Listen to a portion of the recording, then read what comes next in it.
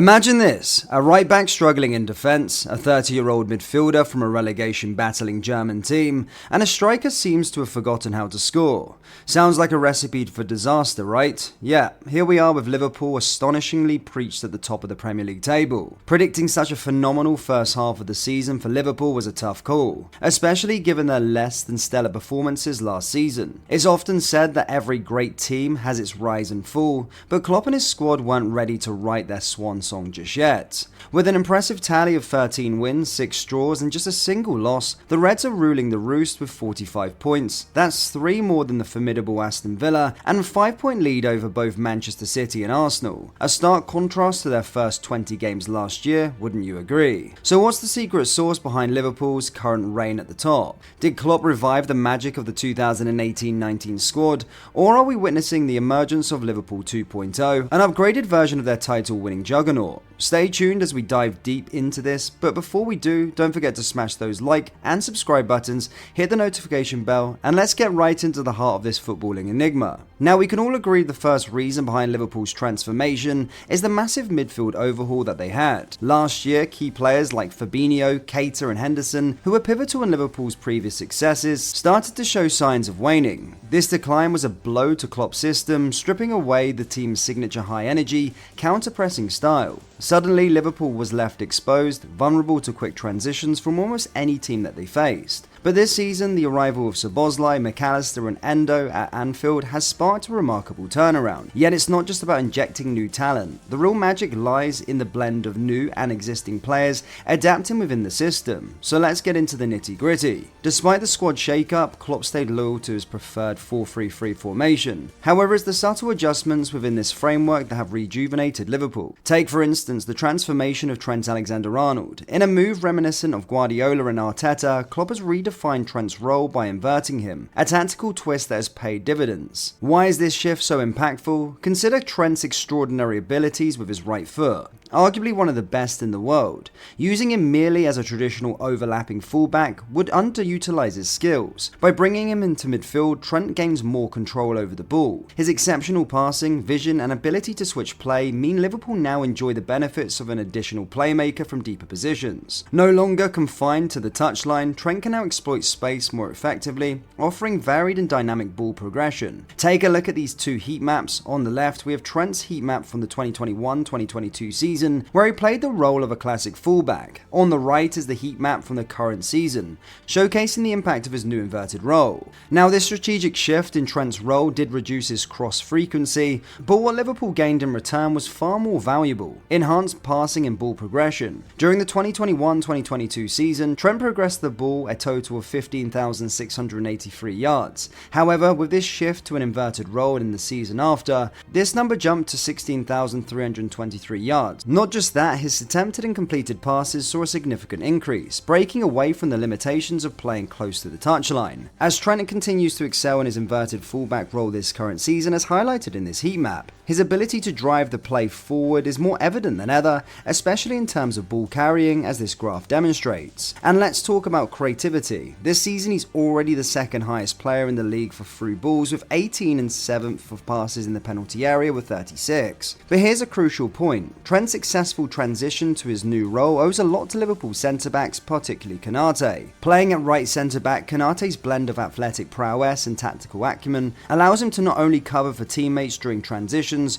but also to fill the space left by Trent's forward movements. This Trent inversion simply feels like Liverpool have signed a new midfielder for nothing. And speaking of new midfield talent, Wataru Endo has proven to be an absolute steal. Since McAllister's injury, Endo has been a pivotal figure in Klopp's lineup, taking up the role of the single pivot. His ability to judge when to push forward or drop back into a defensive line, combined with his knack of progressing the ball, has been instrumental. Endo's presence has also been a key factor in facilitating Trent's inversion. By astutely positioning himself in midfield gaps to receive the ball, Endo draws opponents away, giving Trent more room to maneuver and less pressure from pressing defenders. For a deeper dive into Endo's performances and his impact on Liverpool, be sure to check out our dedicated video on him. But in this video, let's shift our focus to another standout contributor to Liverpool's resurgence, Dominik Szoboszlai. The Hungarian midfielder quickly endeared himself to the Anfield faithful, and it's easy to see why. His tactical intelligence, spatial awareness and composure on the ball epitomizes what Klopp looks for in a midfielder. To say he's been an upgrade on Jordan Henderson might even be putting it mildly, especially from a physical standpoint.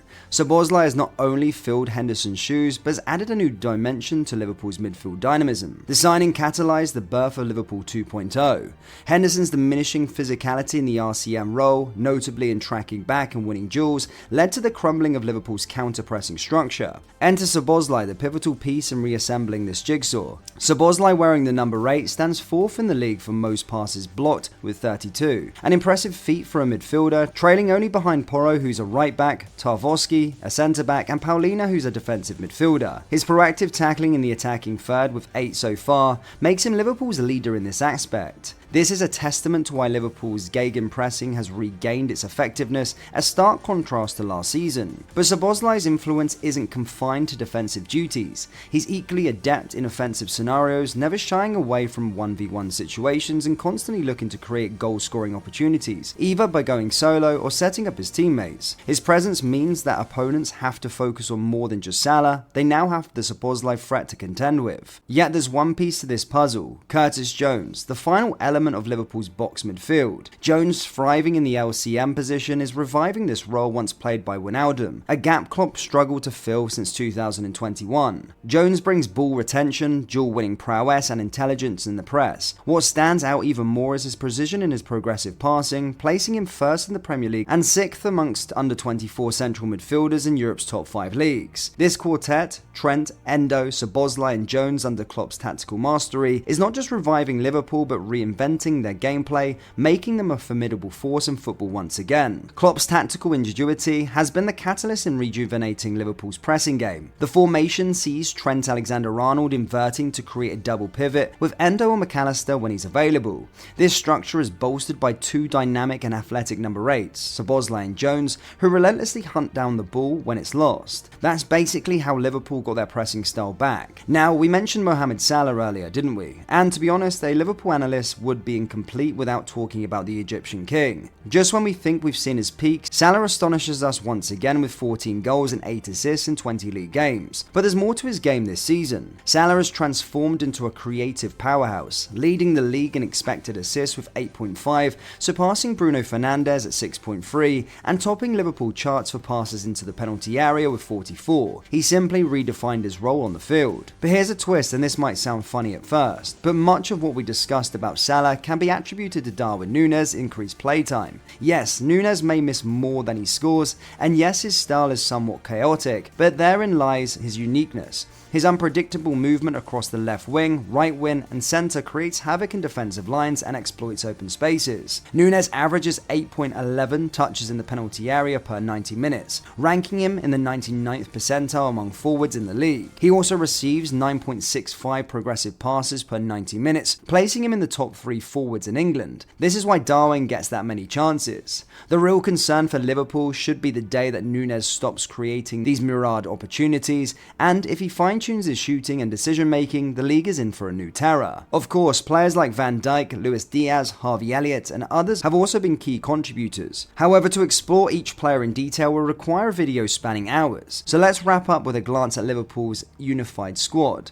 Liverpool 2.0 is on its best day arguably the most thrilling team in the league. They've netted 40 goals so far, yet intriguingly they are underperforming compared to their expected 44.1 goals, the highest XG in the league. Consider the match against Newcastle as a prime example. Liverpool set a new Premier League record in that game time for the highest XG ever recorded in a single match, an astonishing 7.53 XG. Apologies to Manchester United fans, but that's about 25% of United's total season-long XG. Moreover, Liverpool ranks second in the league for progressive passes, underscoring their relentless drive to maintain an aggressive, forward-leaning style of play.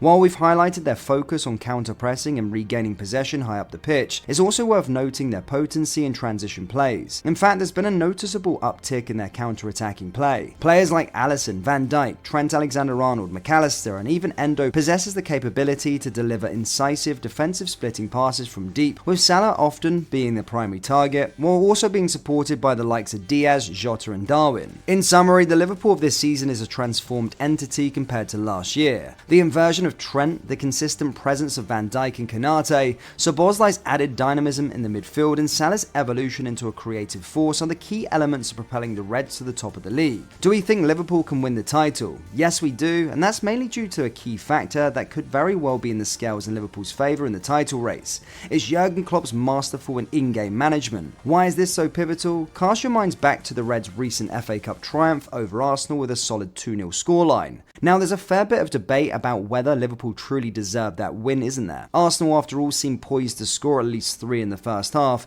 arguably Liverpool's weakest this season as they struggled against Arsenal's relentless high press. However, fortune favoured Klopp's squad, leading the scoreless first half. This is where Klopp's strategic genius shone through, especially against Arteta's tactics. Klopp's halftime adjustments were nothing short of transformative. He repositioned Nunez on the left wing and Diaz on the right, shifting focus to quick, dynamic flank transitions instead of central build-ups. This tactical pivot not only brought Liverpool back into the game, but altered their entire flow of play. Klopp didn't stop there. Observing Martinelli's success against Trent, he swiftly brought in young right-back Bradley for Curtis Jones, moving Trent into the midfield. This move effectively neutralised Martinelli's wing play. It's these kind of astute, timely decisions that exemplify how Klopp's outmaneuvered Arteta and why his in-game management is a game-changer for Liverpool's title aspirations. And that wraps up our breakdown of how Liverpool are now at the top of the Premier League. Just a small caveat, we didn't get a chance for a one-on-one with Klopp to dissect this, so there is a possibility we might not have hit the mark on everything. That's why we'd love to hear your thoughts in the comment section below. Did we overlook any key aspects in our analysis? Do you believe Liverpool can sustain their commanding form?